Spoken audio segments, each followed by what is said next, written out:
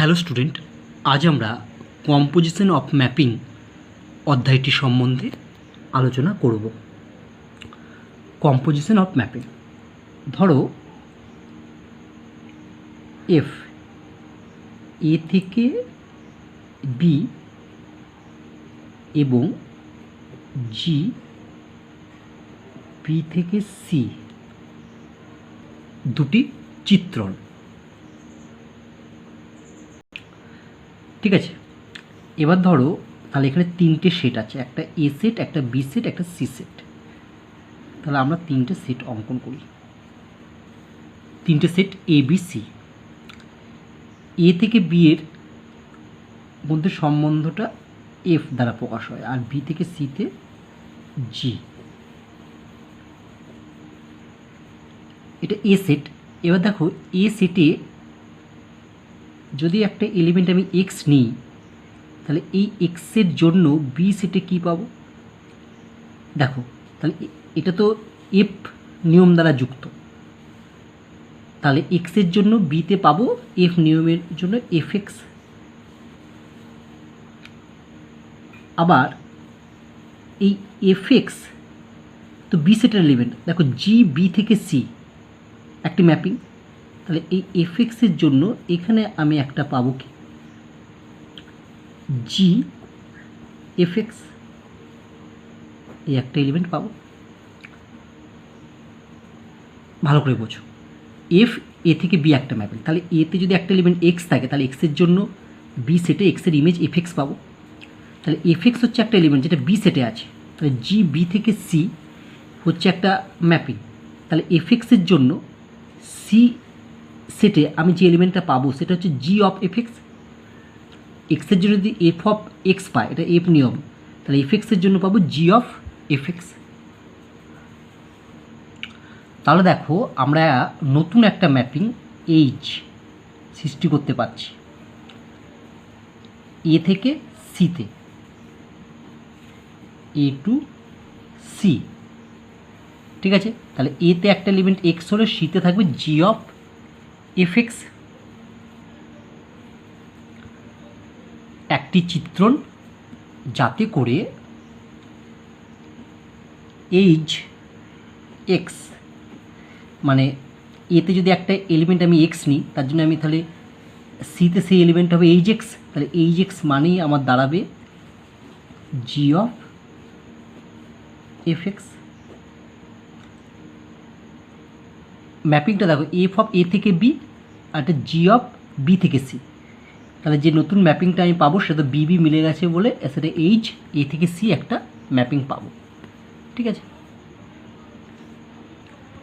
এই H A থেকে C এই চিত্রণটিকে আমরা কম্পোজিশন ম্যাপিং বলি এবং একে প্রকাশ করা হয় থাকে জি কম্পোজ এফ, এটা দ্বারা প্রকাশ করা হয় থাকে। ঠিক আছে, বা শুধু জি এফ দ্বারা প্রকাশ করা হয় থাকে।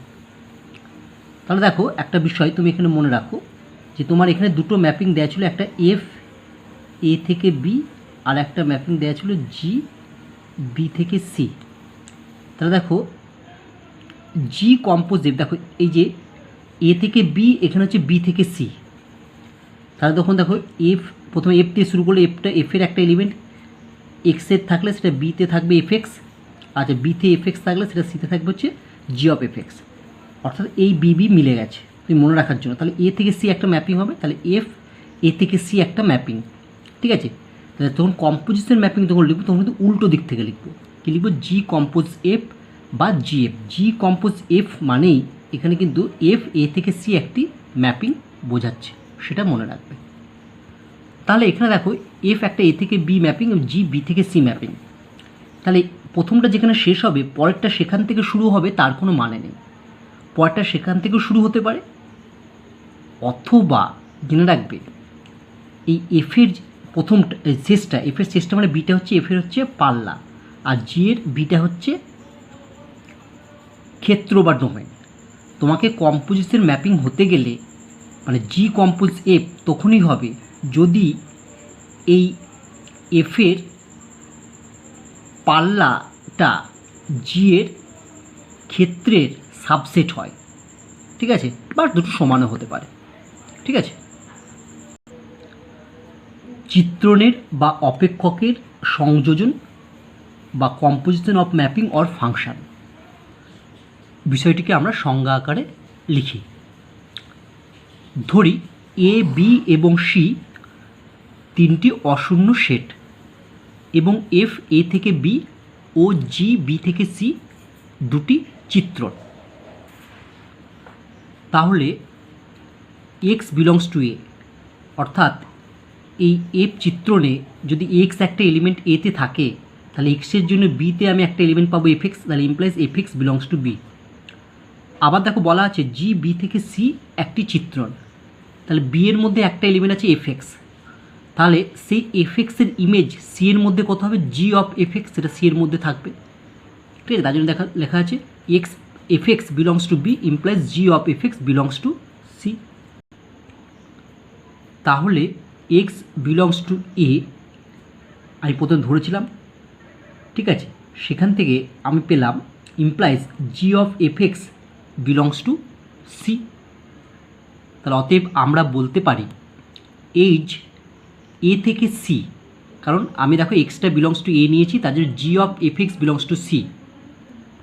তাহলে আমরা বলতে পারি এ থেকে সি একটা চিত্রণ হবে, সেটা নাম দিলাম আমি এইচ, কারণ আমি এক্স একটা এলিমেন্ট এতে নিয়েছি, দিয়ে এক্সের জন্য আমি জি অফ এফ এক্স একটা এলিমেন্ট সিতে পাচ্ছি। তাহলে আমরা বলতে পারি যে আমি একটা চিত্রণ এ থেকে সি পাবো, সেটার নাম দিলাম এইচ এ থেকে সি একটি চিত্রণ, যেখানে এইচ এক্স ইকুয়াল টু হবে g of f x for all x belongs to এ।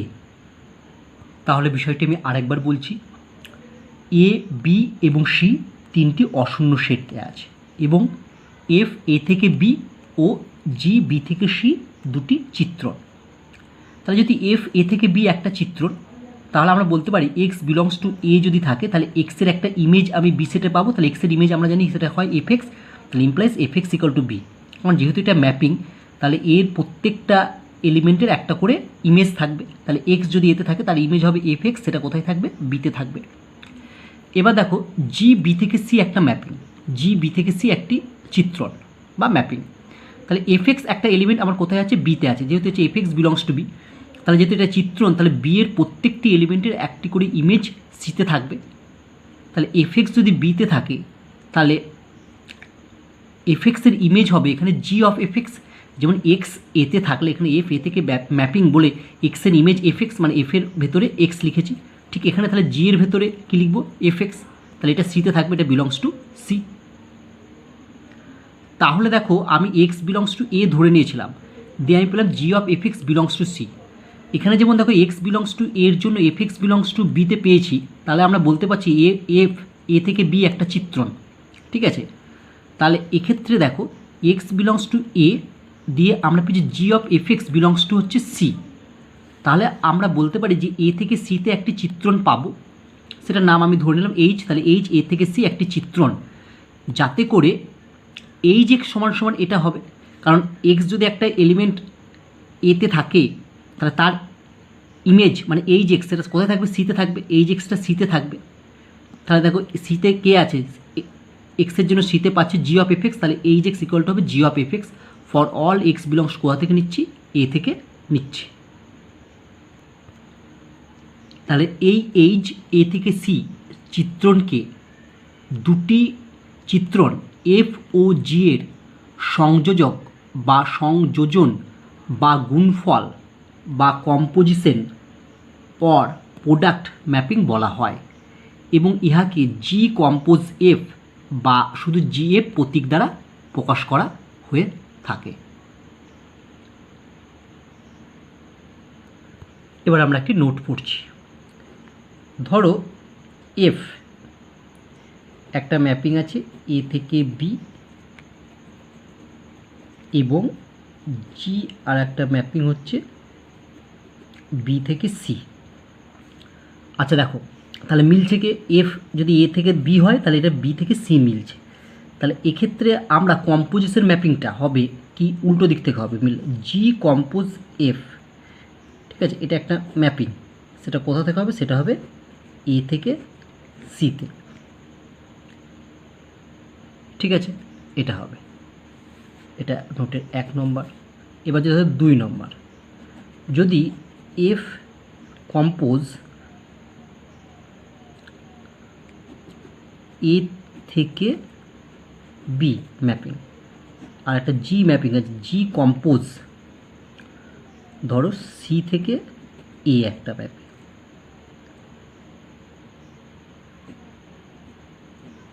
ঠিক আছে?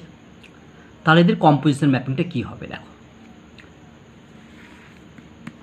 তাহলে আমি যে জিটা যদি আগে নিই, জি সি থেকে এ, তাহলে এফ এ থেকে বিতে যাচ্ছে। তাহলে আমার দেখো প্রথমে এটা মানে প্রথমে যেটা যে ম্যাপিংটা প্রথমে নেবে তার শেষটা যেখানে হবে পরেরটা সেখান থেকে শুরু হবে। তো যদি আমি যদি এফকে প্রথমে নিই তাহলে এফ এ থেকে বি, দেখো পরেরটা কিন্তু বি থেকে শুরু হচ্ছে না। আমি যদি প্রথমে জিটাকে ধরি, জি সি থেকে এ, কিন্তু পরেরটা দেখো এফটা তাহলে এ থেকে বিতে শুরু হচ্ছে। তাহলে এই ক্ষেত্রে আমরা ম্যাপিংটাকে বলবো কি, যেটা থেকে শুরু হচ্ছে মানে সি থেকে এ, এ তারপরে মিলেছে এ থেকে, ঠিক উল্টো করে লিখবো। তাহলে এফ কম্পোজ জি, এই ম্যাপিংটা এটা হবে কোথায় দেখো, এফ কম্পোজ জি। এফ কম্পোজ জি মানে তুমি ধরবে হচ্ছে শেষটা থেকে, জিটা থেকে, জিটা সি থেকে গেছে এতে, আবার এটা গেছে বিতে, তাহলে এটা হবে সি থেকে বি, এইভাবে এটা লেখা হয়ে থাকে। এবার আমরা নোট 3 পড়ব। ধরো এফ এ থেকে বি এবং জি সি থেকে ডি দুটি চিত্র, তাহলে এফ কম্পোজিশন জি, এফ কম্পোজিশন জি, তাহলে পরে কে আছে জি, সেটা থেকে শুরু করব। দেখো জিটা গেছে সি থেকে ডিতে, তাহলে এর প্রথম সিটা নিলাম, বিলংস টু এই টেন্স টু মানে অ্যারো চিহ্ন, সিটা কোথায় যাবে দেখো। তাহলে প্রথমে হচ্ছে এফ কম্পোজ জি যদি বার করি তো আবার শেষেরটা আমাকে দেখতে হবে জিটা, ঠিক আছে? জিটা দেখলাম, জিটা গেছে সি থেকে ডিতে, আর এফটা গেছে এ থেকে বিতে, তাহলে সি, আর এফটা গেছে এ থেকে বিতে, শেষে আছে বি, তাহলে সি থেকে বি একটি, এটা কম্পোজিশন চিহ্ন দিয়েছি মানে কম্পোজিশন ম্যাপিং, একটি ম্যাপিং হবে যদি, দেখো এফ কম্পোজ জি লিখেছি, শেষে যেটা সেটা সিটা ডি থেকে গেছে, আবার এর প্রথমে আছে এ, তার মানে এইখানে যেটা প্রথমটা যেটা শেষ আর দ্বিতীয়টা যেটা শুরু, মানে এখানে এফ কম্পোজ জি যখন লিখবো সবার শেষেরটা থেকে আমি ফার্স্টে ধরবো, জিটা ধরবো। তা জিটা হচ্ছে সি থেকে ডিতে গেছে আর এফটা হচ্ছে এতে, তাহলে এই যে এই ডিটাকে এই এর সাবসেট হতে হবে। যদি ডি সাবসেট অফ এ হয়, অর্থাৎ ডি সেটের প্রত্যেকটি এলিমেন্ট এ সেটের মধ্যে থাকতে হবে, অর্থাৎ ডিটা হয় এ এর সাবসেট হবে, তাহলে ডি ইকুয়াল টু এ হবে। এবং যদি আমি লিখি জি কম্পোজ এফ, দেখো জি কম্পোজ এফ, তাহলে এফটা শেষ, প্রথমে এফটা নিলাম, এফটা হচ্ছে এ থেকে বি, তাহলে এখানে এটা লিখলাম, আর জিটা গেছে হচ্ছে সি থেকে ডি, তাহলে এ থেকে অ্যাকচুয়ালি ডি, একটি কম্পোজিশন ম্যাপিং হবে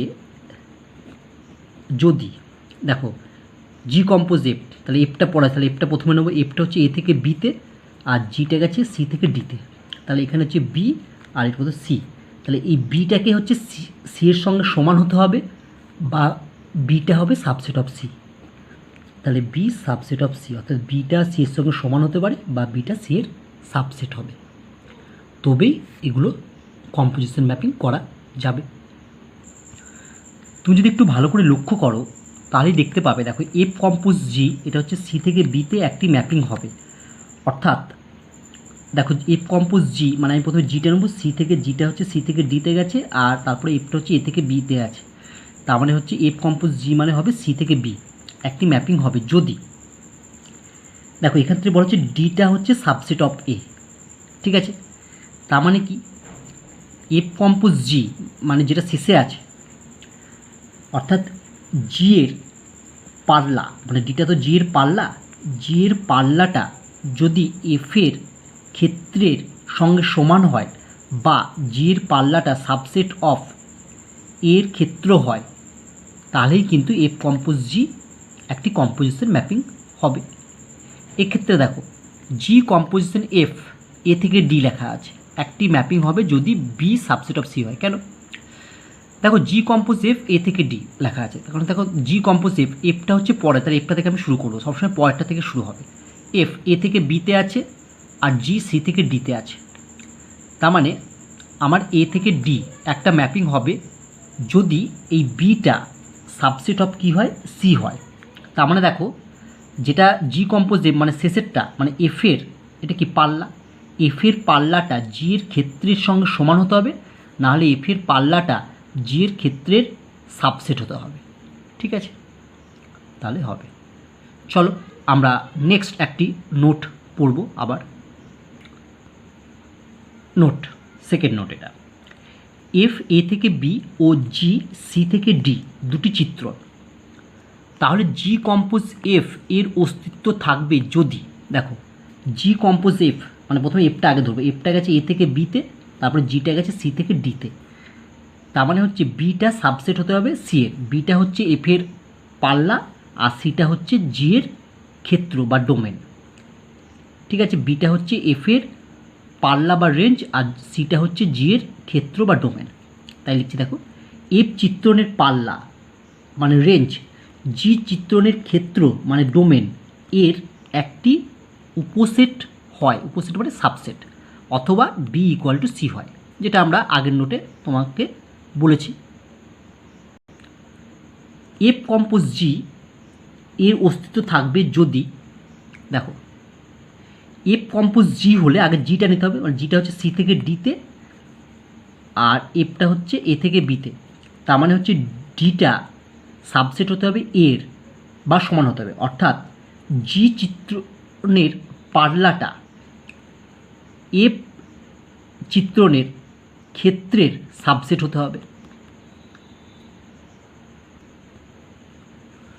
তাহলে দেখো বলা হচ্ছে এফ কম্পোজ জি এর অস্তিত্ব থাকবে যদি জি চিত্রণের পাল্লা মানে কে, সেটা পাল্লাটা হচ্ছে ডি, সাবসেট অফ এফ চিত্রণের ক্ষেত্র এ অথবা D equal to A. Next, F একটা ম্যাপিং পি থেকে কিউ এবং জি একটা ম্যাপিং আর থেকে এস, দুটো চিত্রণ, তাহলে এ বলা হচ্ছে জি কম্পোজ এফ এর অস্তিত্ব থাকবে যদি, দেখো জি কম্পোজ এফ, তাহলে প্রথমে এফটা আমি আগে নেবো, এফটা পি থেকে কিউ আর যেটা আর থেকে এস, তার মানে হচ্ছে কিউটা সাবসেট হতে হবে আর এর, তার মানে আমি লিখবো কিউ সাবসেট অফ আর।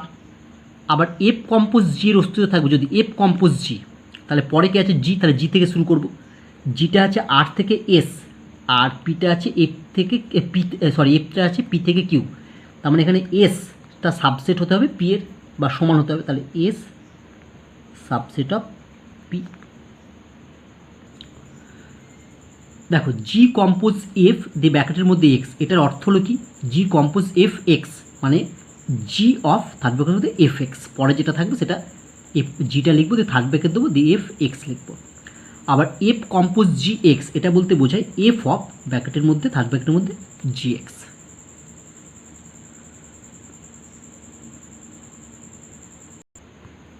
এবার আমরা জানবো properties of composition mapping or function, অর্থাৎ কম্পোজিশন ম্যাপিংয়ের ধর্ম। প্রথম ধর্ম বা বৈশিষ্ট্য, এফ এ থেকে বি ও জি বি থেকে সি দুটি চিত্রণ হলে জি compose F R F compose জি এরা সাধারণত কী হবে না, সমান হবে না। ঠিক আছে, অর্থাৎ দুটি চিত্রণের সংযোজন সাধারণভাবে বিনিময় নিয়ম সিদ্ধ করে না, মানে কমিউটেটিভ ল। এই যে জি compose F R F compose জি যদি সমান হতো তাহলে বলতো কমিউটেটিভ ল সিদ্ধ করে, যেহেতু এটা সমান হলো না বলে বলা হচ্ছে কমিউটেটিভ ল সিদ্ধ করে না। 2 নম্বর, যদি এফ জি এবং এইচ তিনটি চিত্রণ হয় এবং H compose g compose F, ঠিক আছে, তাহলে প্রথমে জি কম্পোজ এফ বার করবো, তার সঙ্গে এইচের কম্পোজিশন মানে এইচের সঙ্গে পরেরটা কম্পোজিশন করব। আবার যদি এখানে এইচ কম্পোজ জি প্রথমে কম্পোজিশন বার করলাম, তার সঙ্গে যদি এফের কম্পোজিশন করি, তাহলে এই দুটো যদি এবং সমান হয়, মানে এইচ কম্পোজ তারপর g composition of f equal to এবার h compose g compose f এইটা যদি সমান হয় তাহলে আমরা বলবো কম্পোজিশন ম্যাপিং হচ্ছে অ্যাসোসিয়েটিভ ল সিদ্ধ করে, ঠিক আছে, অর্থাৎ সংযোজী নিয়ম, ঠিক আছে, সংযোজী নিয়ম সিদ্ধ করে। নেক্সট ধর্ম, এফ এ থেকে বি এটা একটা ম্যাপিং এবং আই এ থেকে এ একটা ম্যাপিং এবং আই বি থেকে বি একটা আইডেন্টিটি ম্যাপিং, ঠিক আছে। যদি হয় তাহলে দেখো F compose I A equal to হবে এফ এবং আই বি কম্পোজ এফ সমান সমান হবে অর্থাৎ এফ এ থেকে বি দেখো এবং আই এ থেকে এ আর I B equal to B থেকে বি, তাহলে আইডেন্টিটি ম্যাপিং আই বি হচ্ছে আইডেন্টিটি ম্যাপিং। তাহলে এফ কম্পোজ আই এ, ঠিক আছে, এফ কম্পোজ আই এ সমান সমান হবে এফ এবং আই বি কম্পোজ এফ সমান সমান হবে এফ। দেখো এফ কম্পোজ আই এ আগে হচ্ছে কিনা দেখো, মানে ম্যাপিংটা সিদ্ধ করছে কিনা। তাহলে প্রথমে আই এটা নেবো, দেখো আইটা এ থেকে এতে গেছে, পরটা থেকে এ থেকে বিতে গেছে, দেখো এটা আর মানে আই এ সেটের পাল্লাটা আর এফ সেটের ক্ষেত্রটা দেখো একই সমান আছে। আবার দেখো আই বি কম্পোজ এফ, তাহলে এফটা পরে কোথাও এফটা আগে নেবো, তো এফ হচ্ছে এ থেকে বি আর আই বিটা হচ্ছে বি থেকে বি। তাহলে দেখো এক্ষেত্রে দেখো এফ চিত্রণের পাল্লাটা আই বি চিত্রণের ক্ষেত্রের সঙ্গে সমান, তাহলে এটা হবে।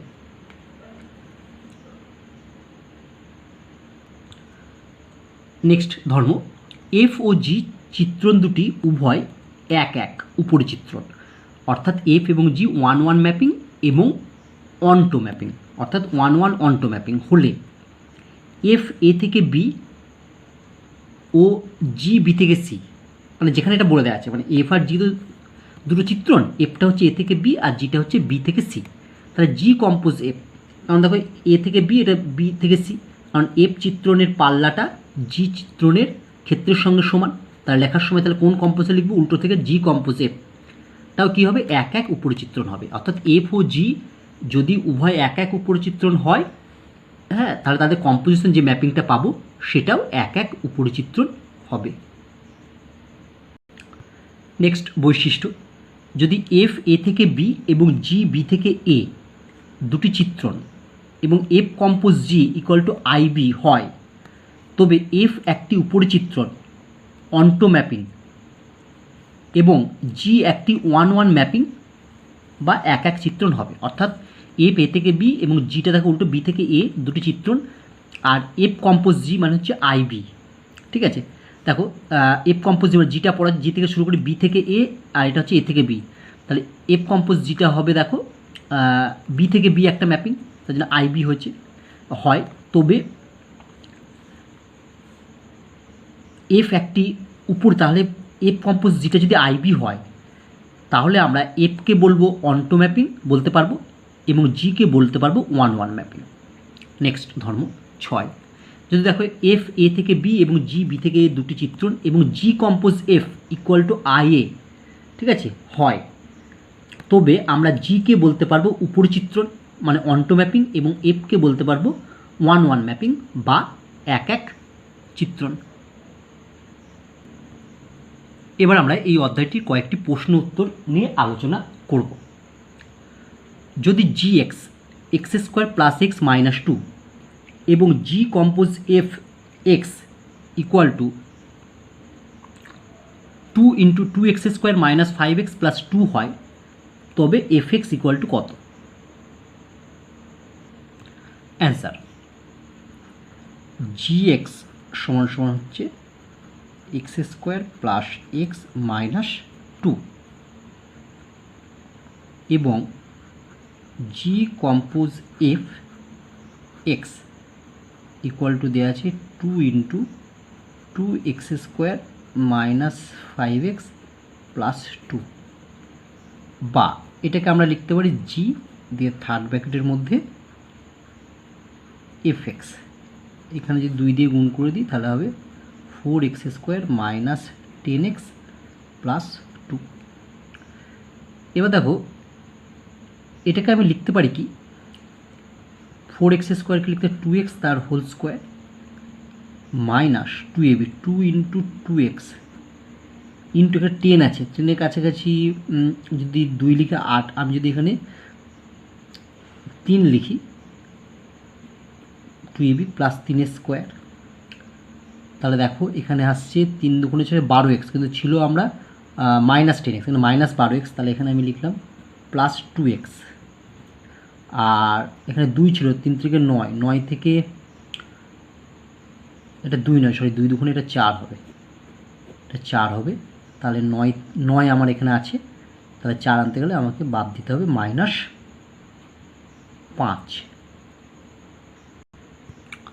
তাহলে দেখো আমরা প্রথমে লিখতে পারি এখান থেকে এই পর্যন্ত হচ্ছে একটা সূত্র পড়ছে 2x -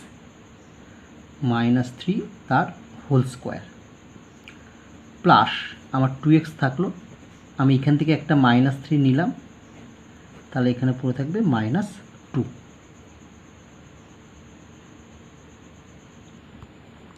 এবার যদি আমি এখানে ধরি let y equal to fx, আমরা জানি ইকুয়াল টু 2x - 3, তাহলে অতএব এখানে দেখো fx-এর জায়গায় আমি y বসাতে পারি, তাহলে হবে কত g of y equal two 2x - 3, এর জায়গায় y বসাতে পারি, তাহলে হচ্ছে y স্কোয়ার, 2x - 3 দিয়ে y বসালে প্লাস y -2 এটা লিখতে পারি, বা না লিখে অতএব g অফ x সমান কত হবে, g অফ x সমান দেখো y এর জায়গায় যদি x বসিয়ে দিই তাহলে হবে x স্কোয়ার, y এর জায়গায় জাস্ট x ভ্যারিয়েবলটা চেঞ্জ করে দিই, x -2, এখানে y এর জায়গায় তুমি জেডও বসাতে পারো, g অফ z যদি লিখতে তাহলে y এর জায়গায় z বসালে হতো g of z equal to z square plus z -2, g of x equal to এটা। দেখো আমার প্রশ্নে g অফ x মানে ওটাই দেওয়া আছে, x স্কোয়ার প্লাস x -2 এটাই দেওয়া আছে, তাহলে এটা মিলে গেল, তাহলে fx এর মান কত হলো 2x - 3, অতএব fx ইকুয়াল টু 2x - 3, এটাই অ্যান্সার। নেক্সট প্রবলেম, যদি fx equal to sine square x এবং g of fx equal to mod of sine x হয়, তবে gx ইকুয়াল টু কত? দেখো গিভিন আমি fx equal to sine square x লিখলাম এবং g of fx equal to mod sine x লিখলাম, এবার আমি ধরলাম let y equal to fx, বা y ইকুয়াল টু fx মানে কী দেওয়া আছে সাইন স্কোয়ার এক্স, তাহলে fx-এর জায়গায় সাইন স্কোয়ার এক্স লিখলাম, তাহলে বা সাইন এক্স ইকুয়াল টু কত হবে প্লাস মাইনাস রুট ওয়াই, বা এক্স ইকুয়াল টু হবে sine inverse plus minus root y. যেহেতু g of fx equal to দেওয়া আছে মড অফ সাইন এক্স, বা g অফ fx মানেই তো y, কারণ আমি দেখো y ইকুয়াল টু এখানে ধরেছিলাম fx, তাহলে fx-এর বদলে y লিখলাম, equal to mod sine x, x মানে কত পেলাম হচ্ছে sine inverse plus minus root y, বা g of y equal to sine of sine inverse মানে হচ্ছে অমিট হয়ে গেল প্লাস মাইনাস রুট ওয়াই, বা জি ওয়াই ইকুয়াল টু মডের ক্ষেত্রে প্লাসও থাক মাইনাস থাক পজিটিভ ভ্যালু নেই, তাহলে শুধু হবে রুট ওয়াই, তাহলে জি অফ ওয়াই মানে হচ্ছে রুট ওয়াই, তাহলে অতএব ওয়াইয়ের জায়গায় এক্স করো, ভ্যারিয়েবলটা চেঞ্জ করে দাও, জি অফ এক্স মানে শুধু হবে রুট এক্স, এটাই হচ্ছে আমার অ্যান্সার।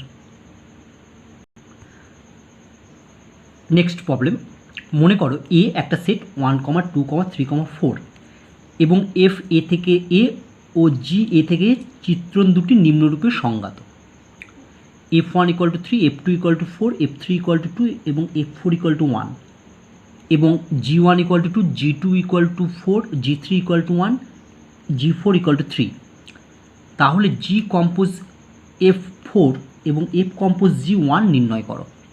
দেখো এক্ষেত্রে f এ থেকে a এবং g এ থেকে a চিত্র সব একটাই হচ্ছে সেটে গঠিত একসাথে, তাহলে এখানে g কম্পোজ f এবং f কম্পোজ g উভয়ই সংগত হবে, ঠিক আছে, কারণ সব শেপ কোটা একই, তাহলে সব, কারণ আমরা জানি প্রত্যেকের নিজেরই সাবসেট, তাহলে এফ কম্পোজ জি এবং জি কম্পোজ এফ উভয় সংগত হবে।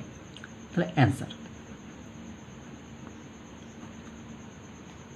এক একটা কী বার করতে বলেছে আমাকে, জি কম্পোজ এফ তারপরে 4, এটা মানেই জানো তুমি জি দিয়ে থার্ড ব্র্যাকেট দেবো এফ অফ 4, তাহলে জি এফ অফ 4-এর ভ্যালু দেখো এখানে দেওয়া আছে এফ অফ 4-এর ভ্যালু হচ্ছে 1, তাহলে এফ অফ 4-এর জায়গায় বসাবো 1, তাহলে জি 1। এবার দেখো জি ওয়ানের ভ্যালু দেখো এখানে জি1 মানে 2, তাহলে এটা হচ্ছে 2, তাহলে অতএব g compose f 4 equal to 2, answer.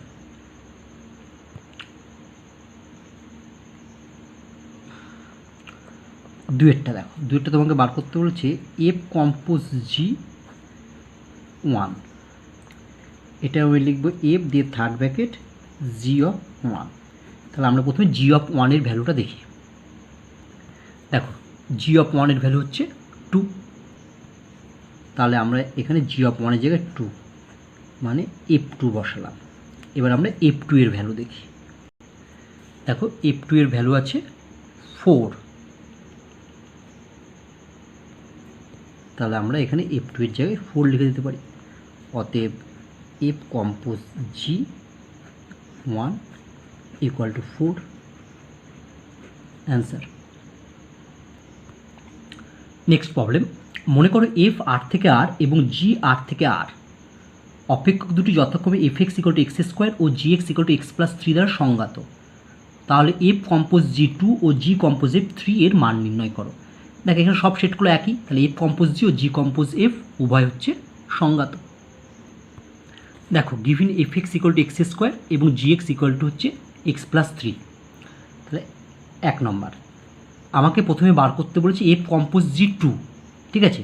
আমার যেহেতু ভ্যালুগুলো এখানে এফ এক্স দেওয়া আছে তাই আমরা প্রথমে বার করব হচ্ছে এফ কম্পোজ G2 না লিখে এখানে লিখব এক্স, এফ কম্পোজ জি এক্স, এটা মানে আমরা জানি এফ অফ জি এক্স, ঠিক আছে, F of G x equal two, আমরা প্রথমে দেখো এফ কম্পোজ G2 বার করতে, এখানে এফ এক্স আর জি এক্স দিয়েছে বলে আমরা প্রথমে এফ কম্পোজ জি এক্স বার করছি, ঠিক আছে। এফ কম্পোজ জি এক্স বার করলে এফ অফ জি এক্স, এবার দেখো এফ অফ জি এক্স কত হয় বার করো, এফ অফ জি এক্সের ভ্যালু কত এক্স প্লাস 3, তাহলে এখানে আমি বসিয়ে দিলাম এক্স প্লাস 3, তাহলে এবার এফ অফ এক্স প্লাস 3 বার করবো আমরা, এটা ফার্স্ট ব্র্যাকেটও দিতে পারো কোনো অসুবিধা নেই, থার্ড ব্র্যাকেটও থাকলে। দেখো এফ এক্স মানে এক্স স্কোয়ার, তাহলে এফ অফ এক্স প্লাস 3 মানে এক্সের জায়গায় এক্স প্লাস 3 যদি বসাই তবেই তো এফ অফ এক্স প্লাস 3 বার করবো, তাহলে এফ অফ এক্স প্লাস 3 মানে এক্স প্লাস 3 তার স্কোয়ার, এক্স প্লাস 3 তার স্কোয়ার, ঠিক আছে। অতএব এবার তোমাকে দেখো যেটা বার করতে এক্সের মান সেটা বসাও, এফ অফ জি কত বার করতে বলেছে 2, তার মানে এক্সের জায়গায় 2 বসে, তার 2 প্লাস 3 তার স্কোয়ার 5 25, এটা হচ্ছে অ্যান্সার।